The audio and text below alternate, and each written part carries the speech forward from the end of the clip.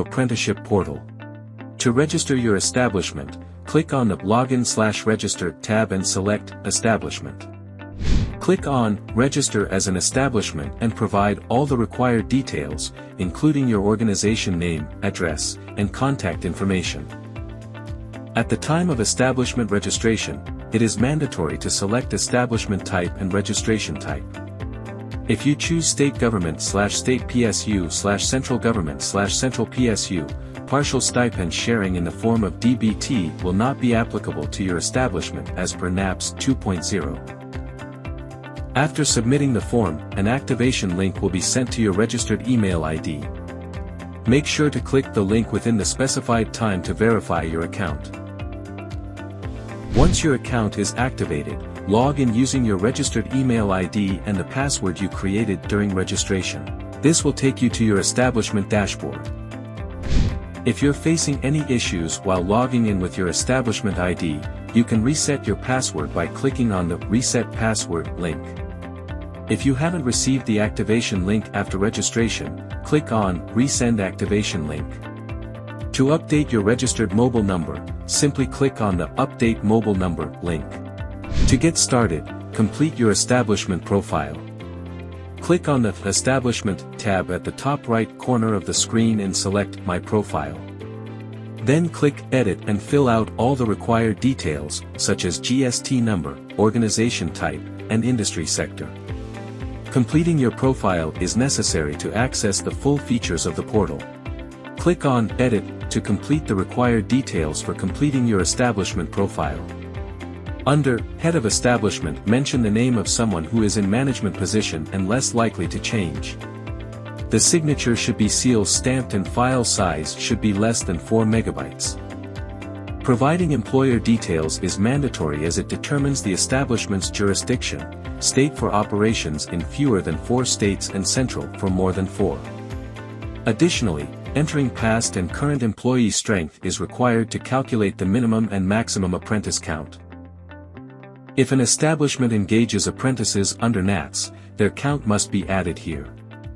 In the Locations tab, enter details of all branches where apprentices will be engaged. Only these locations will be available for selection during opportunity creation. Once your profile is complete, you can create an apprenticeship opportunity.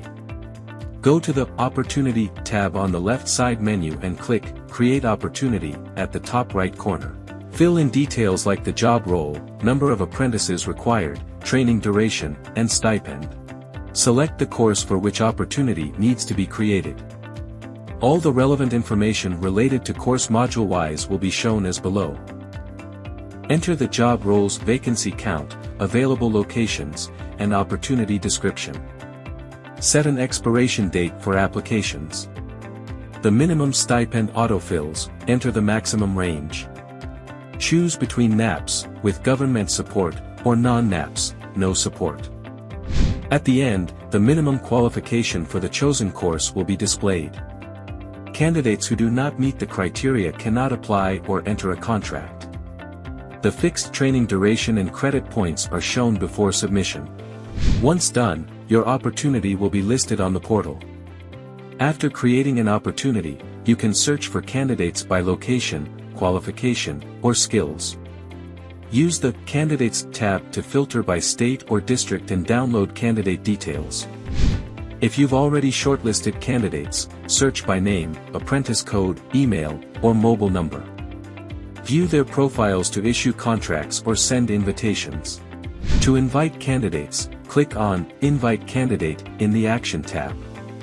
Select the opportunity for which you want to send the invitation, and the candidate will receive a notification. Track applications received for your posted opportunities in the Applications tab. View, reject, or issue contracts as needed. For bulk applications, use the Download option to manage them efficiently.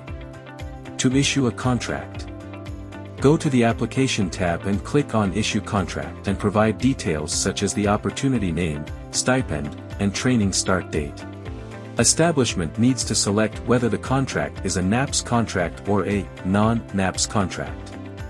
No financial support is provided by government for non-NAPS contracts. If any TPA is associated in creating contract, select Yes or else select No. If Yes is selected, kindly select the TPA name from the drop-down. Establishment needs to select the OJT training location from the drop-down. Under Optional Trade, Basic Training Duration, 2 to 4 weeks, is already embedded under the OJT training duration. Select the number of weeks from the drop-down. Select the training duration start date and portal will auto-select the end date based on total duration of the chosen course. Check if basic training is applicable, refer to exemption criteria. If yes, select the training provider from the drop-down. If no, specify the exemption reason. Then, choose the on-the-job training location from the drop-down. Select whether basic training and on-job training will go sequential or simultaneous. In sequential, mention BT start date and end date will get auto-calculated. OJT start should follow after BT has ended. In simultaneous, basic training and OJT start date will go hand in hand.